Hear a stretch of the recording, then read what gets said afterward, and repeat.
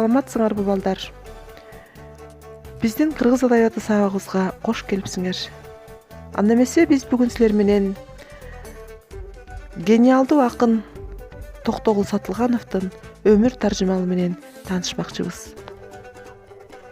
Кыргыз адабиятында төкмө өнөрүнүн мыкты үлгүлөрүн жараткан Токтогул Сатылгановдун өмүр таржымалы менен таанышууда биз төмөнкүдөй максат коюп алалы, балдар. Токтогул Сатылгановдун чыгармачылык жолу менен толук таанышабыз. Акындын калтырып кеткен мурастары биз үчүн үлгү. Анын жараткан чыгармалары менен таанышып, терең окуп үйрөнөбүз. Токтогулдун чыгармаларынан өзүбүзгө адептүүлүктү, калыстыкты, боорукерликти, кечиримдүүлүктү ала алабыз. Жана ал чыгармаларын өз алдыбызча окуп, талкуулап үйрөнөбүз. Заманыбыздын белгилүү төкмө акыны, улуу комузчу Токтогул Сатылганов 1864 жылы Кетмен-Төбө өрөөнүндөгү Кутчу суу деген жерде туулган. Токтогулдун атасы Сатылган жамакта ырдаган, куйкум сөздүү, куудул киши болгон. Ал эми энеси Бурма элдик ырларды, жомокторду көп билген, ошол чөлкөмдө кошокчулугу менен атагы чыккан аял болгон. Ата-энесине мурастаган мына ушул улуу сөздү баалаган өзүнүн акылдуулугу, зээндүүлүгү менен Токтогул Сатылганов 13 жашында эл арасында ырдай баштаган. Ал ар бир ырында бай-манаптардын адилетсиздигин, сараңдыгын көрсөткөн. Себеп дегенде анын ата-энеси колунда жок, байлардын колун караган, ошолорго кызмат кылып, ошол кызматынан алган акы менен араң жашаган, эптеп күнүн өткөргөн жөнөкөй карапайым адамдардан болушкан. Бай-манаптардын карапайым калкка жасаган адилетсиздигин ашкере кылып, Бешкаман, Токтогулдун төрөлөргө ырдаганы, Эшен Калпа, Кош апаке сыяктуу ырларын ырдаган. Жана бул көпчүлүк карапайым элдин оозунда көпкө чейин айтылып, ушул күнгө чейин ырдалып келүүдө. 1889 жылы июнда Бактияр Манап Суусамырдагы толкун жөнүндө Олый Ата уездинин начальниги Каллаурга билдирүү жиберет. Ошол билдирүү боюнча бир топ адам менен Ири суу жайлоосунан Токтогул кармалып, Наманган түрмөсүнө айдалып, 8 августта сот Токтогулду өлүм жазасына өкүм чыгарат. Кийинчерээк өкүм 7 жылдык мөөнөт менен сүргүнгө айдалат. Ошентип Токтогул Сибирге айдалып, 1905 жылы качып декабрь айында өз жерине кайтып келет. Токтогулдун чыгармачылыгы лирикага, көркөм сөз каражаттарына өтө бай эле. Анын эл оозунан 109 ыры жана бир эпос, Кедей кан деген эпос жазылып алынган. Токтогул 60-тан ашык күүнүн автору.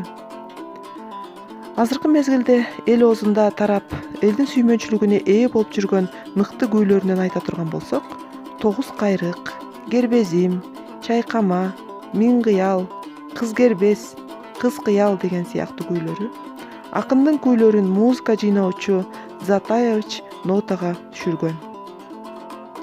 1882 жылы Токтогул Дыйканбай аттуу манаптын Арзымат деген ырчысы менен айтышка чыгат. Бул айтыш эл арасында азыркыга чейин айтылып калган. Анда 18 жаштагы өткүр, сөзү курч, өзүнөн бир топ жаш улууду асыккан ырчыны жеңип кетет. 1884 жылы Токтогул үйлөнүп, Топчубай аттуу уулду болот. Уулу төрөлгөн соң акын энесинин туугандарынын айылы Ири суу деген жерге көчүп келип, 1898 жылы Анжиян көтөрүлүшүнө катышты деген жалган жалаа менен камакка алынып, Сибирге сүргүнгө айдалып кеткенге чейин жашаган экен. 1910 жылы алыскы сүргүндөн качып чыккан Токтогул мекенине совет бийлиги менен тең чамалаш жеткен деп айтылат.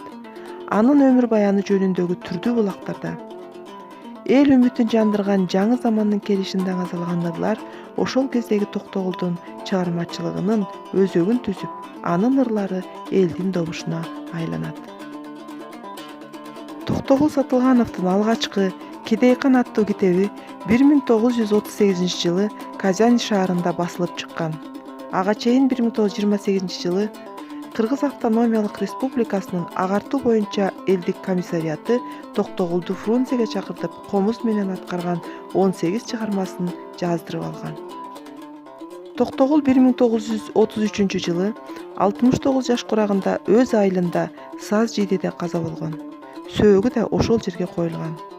Уулу Бабажан да атасынын жолун жолдоп, комуз чертип, Кыргыз филармониясынын артисти болгон.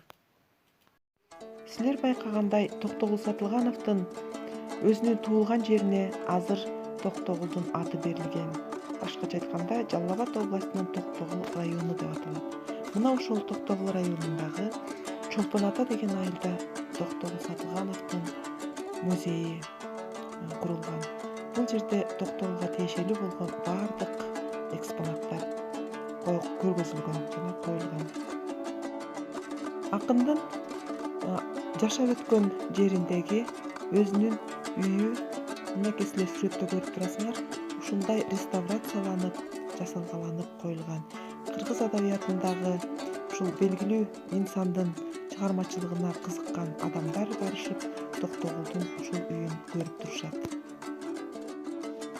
Улуу акындын аты менен аталып жүргөн Бишкек шаарыбыздагы Токтогул Сатылганов атындагы улуттук филармониябыз бар. Ошондой эле Токтогул Сатылгановдун эстеликтери ар бир болбосо дагы Кыргызстандын көпчүлүк жерлеринде курулган. Ошондой эле Жалал Абад жана Ош шаарларында эс алуучу Токтогул сейил бактары бар. Жана Токтогул Сатылгановдун Кыргыз банкнотунда 100 сом өлчөмүндөгү акча бирдигинде сүрөтү коюлган. Ошентип, урматтуу балдар, Токтогул Сатылгановдун өмүр таржымалына арналган бүгүнкү сабагыбызды дагы аягына чыгып калдык. Эмесе ушул бүгүнкү алган билимибизди, Токтогул Сатылгановдун өмүр таржымалын үйрөнгөнүбүздү тастыктоо максатында төмөнкүдөй суроолорду түздүм. Эмесе суроолорго жооп берүүгө аракет кылгыла. Кана эмесе кеттик. Биринчи суроо. Токтогулдун улуу акын болушуна кимдер таасир берген? Туура жообун дароо эле таптыңар болуш керек. Анда Токтогулдун чыгармачылыгына таасир бергендер атасы Сатылган жана энеси Бурма. Кийинки сурообузга токтолобуз балдар. Токтогулдун сүргүнгө айдалышына ким себепкер болгон? Кичине убакыт берем, ойлонуп көрөбүз.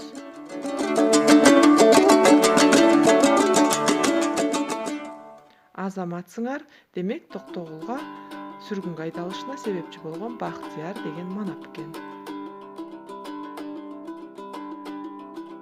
Кийинки суроого өтөбүз балдар. Токтогулдун күүлөрүн атагыла. Эстейбиз, кайсы күүлөрдү айттым мен жана силерге?